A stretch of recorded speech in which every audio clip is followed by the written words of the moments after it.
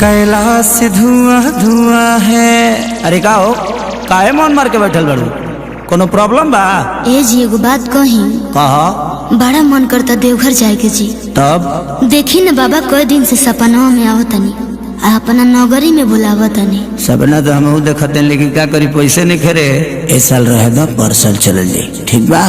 गाड़ियों खाली नहीं खीसा तो हम अब की बार ना मानो, हम तो जेबे करब। चुप।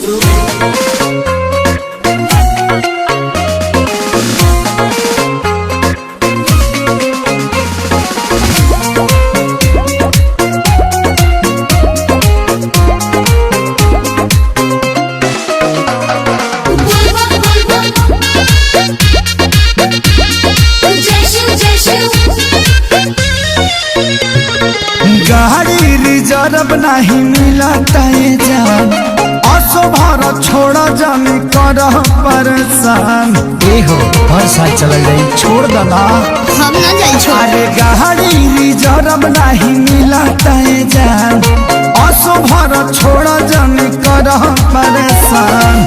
जाए खातिर देव घर फूलौले बाड़ू लोला, फूलौले बाड़ू लोला।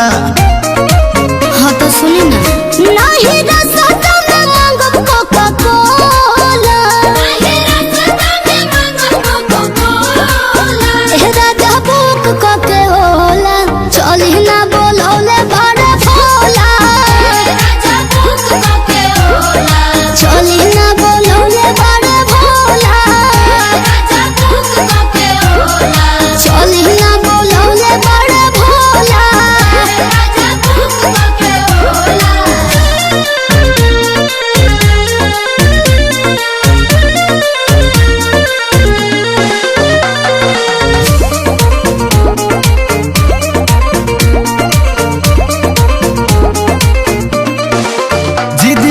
कर तू मानिला सजनिया, गाँव के शिवाला जल ढार ली हरनिया। फुसलाई मत, हम मानब ना बकी बेर जाइबे करब, भोले बाबा को जलवा चढ़ाइबे करब।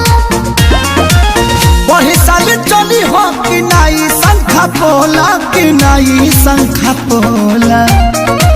हाँ तो सुनी ना, नहीं रास्ता में मांगब कोका कोला, राजा बुक कोके होला, चली ना बोलौले बड़े भोला, चली ना बोलौले बड़े भोला, चली ना बोलौले बड़े भोला।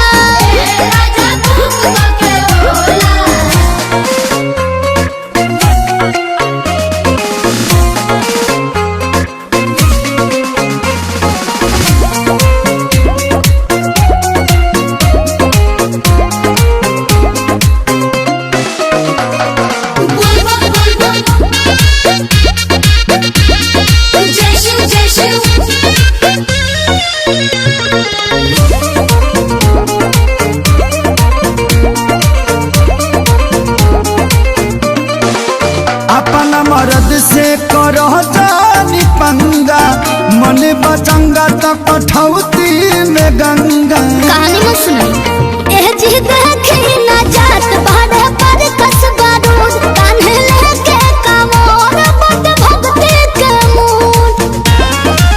तोहर के चढ़ौले बा खेसरिया बकलोला, खेसरिया बकलोला। असर बिंदु जी तो जाते बाड़ो, नहीं रसा